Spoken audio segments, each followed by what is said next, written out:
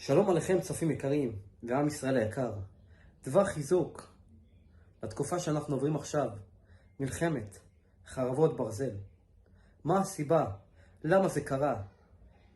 איך הקדוש ברוך הוא כביכול נתן יד לאויבים שלנו לבוא ולהפתיע ולעשות בנו שמות? הרבה חושבים שזה בגלל החבורת צעירים שהגיעה לעוטף עזה ועשו שם מסיבה והיה להם צלם של בודה ביום שבת, יום שהייתה בו גם שמחת תורה, חג שמחת תורה. זה לא בגלל זה. כבר עברו לנו חז"ל שזה לא בגלל זה. יש הוכחות מהתורה. אז בגלל מה זה?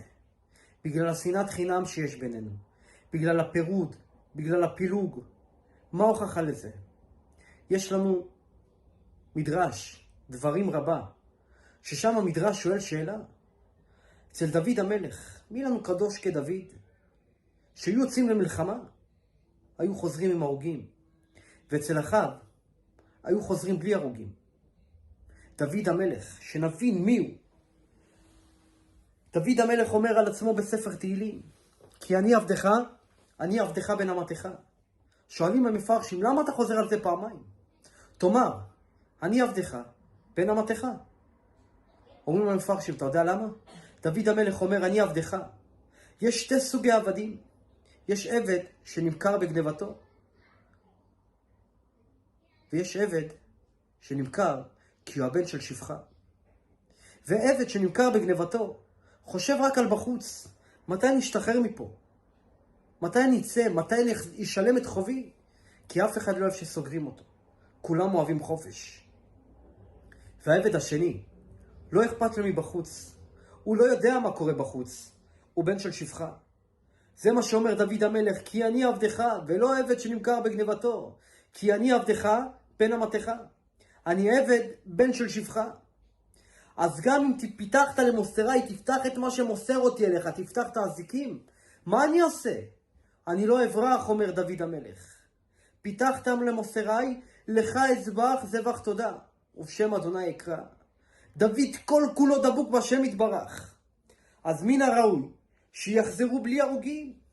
ואילו אחאב, המשנה במסכת סנהדרין אומרת לנו ששלושה מלכים וארבע אדיוטות אין להם חלק לעולם הבא. שלושה מלכים, אחאב, מנשה וירובעם בן נבט, וארבע אדיוטות, אחיתופל, בלעם, גחזי ודואג. אז אנחנו רואים שאחאב זה אחד מהמלכים שאין להם חלק לעולם הבא. שואלת הגמרא למה? כיוון שהוא חטא והחטיא, נתן לעם ישראל לעבוד עבודה זרה, למרוד בקדוש ברוך הוא, ועדיין חוזרים בלי הרוגים. מה הסיבה? אומר המדרש שמה, כי אצל דוד המלך היו מלשינים, היו מדברים אחד על השני, היו מדברים לשון הרע. אומר הקדוש ברוך הוא, אתם בפירוד, אתם בפילוג, אני לא רוצה להיות איתכם, גם אם יש לכם מלך צדיק. ואילו אצל אחאב, אומר המדרש, היו מאוחדים. למה זה קרה לנו כל הדבר הזה, שאויבינו נכנסו ככה? בגלל הפירוד, בגלל הפילוג. וידוע שהגמרא במסכת יומא אומרת שבית מקדש שני חרב בגלל שנאת עוון חינם. עוון שנאת חינם.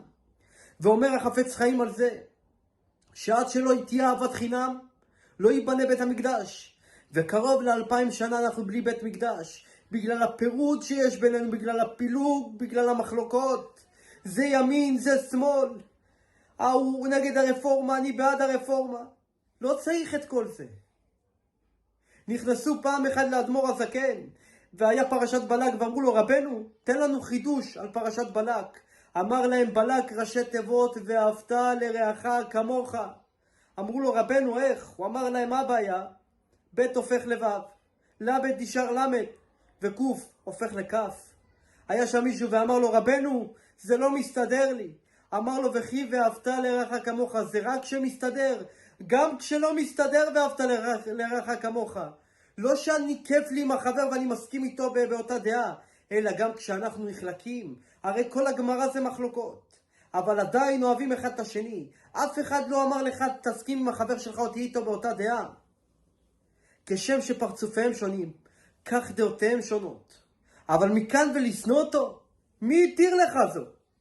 למה לשנוא? למה הפילוג הזה? החפץ חיים כבר הביא לנו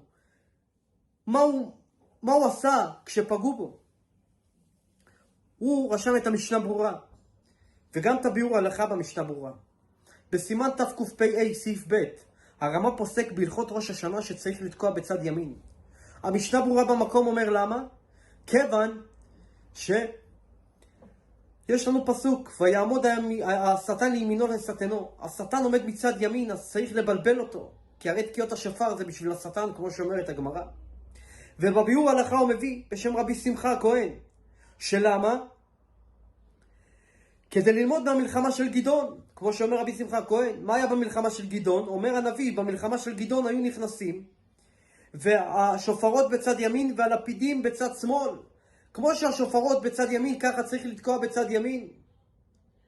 מי שיודע על החפץ חיים, היה לו כלל, לא מביא פוסקים בני דורו, משתי סיבות. סיבה ראשונה, זה שיבוא הפוסק ההוא, וידפוק לו בדלת ויגיד לו, למה חלקת עליי? הוא לא אין לו כוח למחלוקות. סיבה שנייה היא, שלא יבוא אליו פוסק ויגיד לו, למה הבאת אותו ואותי לא הבאת? מי שמבין בשרשרת הדורות, יודע שרבי שמחה הכהן היה בן דורו. ושאלה שהגישו לרב שך, ואמרו לו, תראה, רבנו בן דורו, למה הוא הביא אותו? אם הוא הביא אותו, שיביא את כולם, ואם הוא לא מביא את כולם, למה הוא הביא אותו? בא הרב שך ואמר להם, שאלה יפה שאלתם, בואו אענה לכם. בתקופתו של החפץ חיים רצו להכניס לימודי ליבה לתוך הישיבות, והרב שמחה הכהן היה אמרה דאתרא, והזמין את כולם, את כל הרבנים החשובים ואת כל הרבנים הגדולים. את החפץ חיים הוא לא הזמין. לא שהחפץ חיים לא היה גדול, החפץ חיים התפלל על עצמו לא לזכות לגדולה, ונענו לו מהשמיים, הביאו לו את בקשתו. כשהחפץ חיים שמע שיש ישיבה כזאת, הוא הלך מיוזמתו ודפק בדלת. פתח רבי שמחה הכהן ואמר לו, כן, מה רצונך? אמר לו, רצוני שתתפללו על אחותי, אחותי עוברת ניתוח לב פתוח, ואני רוצה להיות איתכם כאן. אמר לו, מה הבעיה? תשאיר את שם אחותך ואת שם האמא ונתפלל עליה. אמר לו, לא, לא, אחותי זו התורה הקדושה, כמו שאומר שלמה המלך, אמור לחוכמה, אחותי את. ובאתי כדי להיות איתכם כאן ולראות את אחותי שעוברת ניתוח לב פתוח. נתרצה רבי שמחה הכהן והושיב אותו שמה. אבל החפץ חיים נפגע, והחפץ חיים מלמד אותנו כלל, גם אם אתה נפגע מהחבר שלך, מה אתה צריך לעשות בשבילו? להכניס אותו בתוך הספר, להכניס אותו בתוך ההלכה, להכניס אותו בתוך הביאור הלכה, וללמוד ממנו.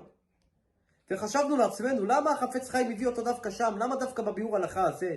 סימן תר"ו, שמדבר איך מחברים בין החברים, איך לפייס את חברו. או בהלכות ההתחלה, השכמת הבוקר וכל השאר. למה דווקא שמה? אז חשבנו לבוא ולפרש מהמלחמה של גדעון. למה מהמלחמה של גדעון?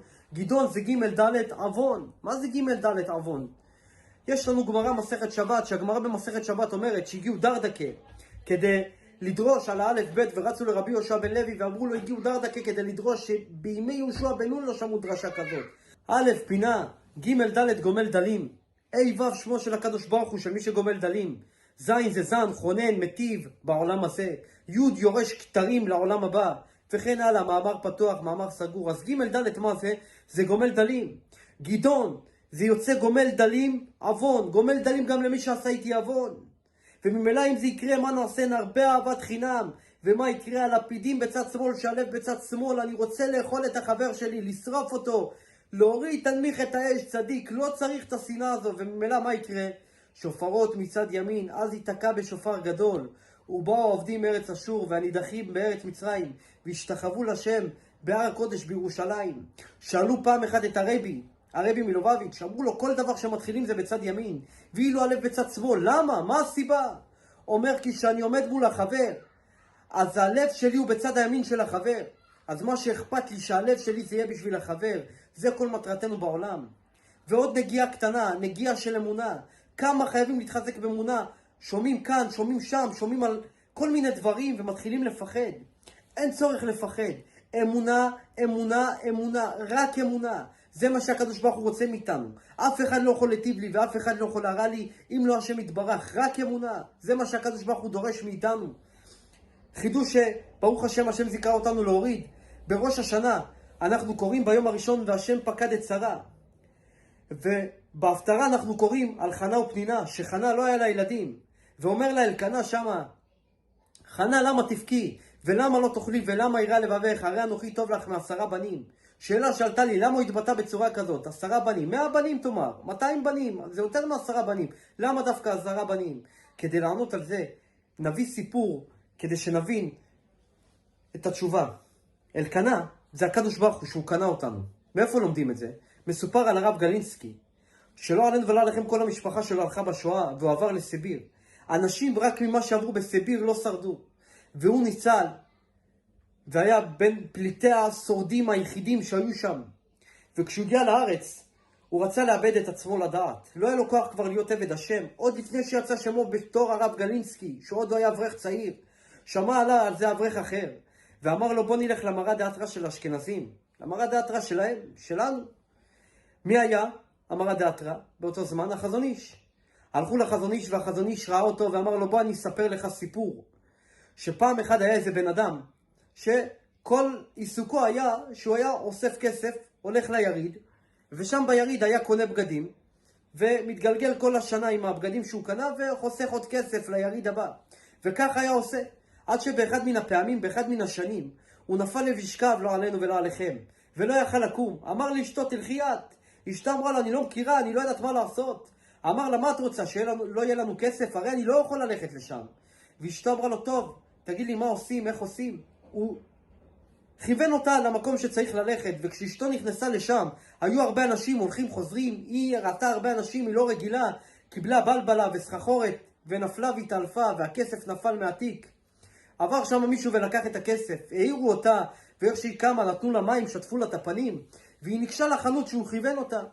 ואמרה לו, שלום, אני רוצה לקנות את הבד הזה, ואת הבד הזה, ואת הבד הזה, ובסופו של דבר מגיעים לחשבון. מה החשבון? הוא אמר לה, גברתי, החשבון הוא כך וכך. היא באה להוציא את הכסף מהתיק, ואין כסף, התחילה לצעוק. גנבים, גנבים, גנבים, התחילו להתאסף סביבה. מדוע האישה הזאת צועקת? עבר שם יהודי, שומר תורה ומצוות, עם זקן, שחור לבן. והסתכל עליה ואמר לה, גברתי, למה את צועקת? והיא אמרה לו, גנבו לי את הכסף. הוא אמר לה, זה היה סגור בגומיה צהובה, והסכום היה ככה וככה. היא אמרה לו, וואי, איך אתה יודע? אמר לה, גברתי, הנה הכסף, הכסף אצלי. היא אומרת לו, איזה יופי, תחזיר לי. הוא אומר לה, אני לא מחזיר לך. למה אני לא מחזיר לך? יש הלכות בשולחן ערוך. הלכה בשולחן ערוך אומרת, שאם נאבד כסף או אבדה בעיר שגולה רובה גויים, אין חיוב להחזיר. כיוון שיש ייאוש בעלים, אז אני לא מחזיר לך. והיה ביניהם דין ודברים. ולמי הולכים? למרא דאתרא. מי המרא דאתרא שמה? רבי אלחנן מקובנה. וכשהגיעו לרבי אלחנן מקובנה, אמר לו אותו אחד הדתי שהכסף אצלו, אמר לו, כבוד הרב, אל תיכנס איתי לפנים משורת הדין. אם הכסף שלי, אז הוא שלי לפי ההלכה, כי אני צריך את הכסף. אמר לו הרב אלחנן מקובנה, אתה צריך להחזיר לה, וזה הלכתית. אמר לו, וכי הרב שהוא חולק על שולחן ערוך, שיביא ראיות. הרב אמר לו, אני לא חולק על שולחן ערוך. יש הלכה אחרת של השולחן ערוך שאומרת שמה שקנתה אישה קנה בעלה, ובעלה בבית לא ידע שאיבדה את הכסף, אז אין ייאוש בעלים, אז תחזיר לה את זה.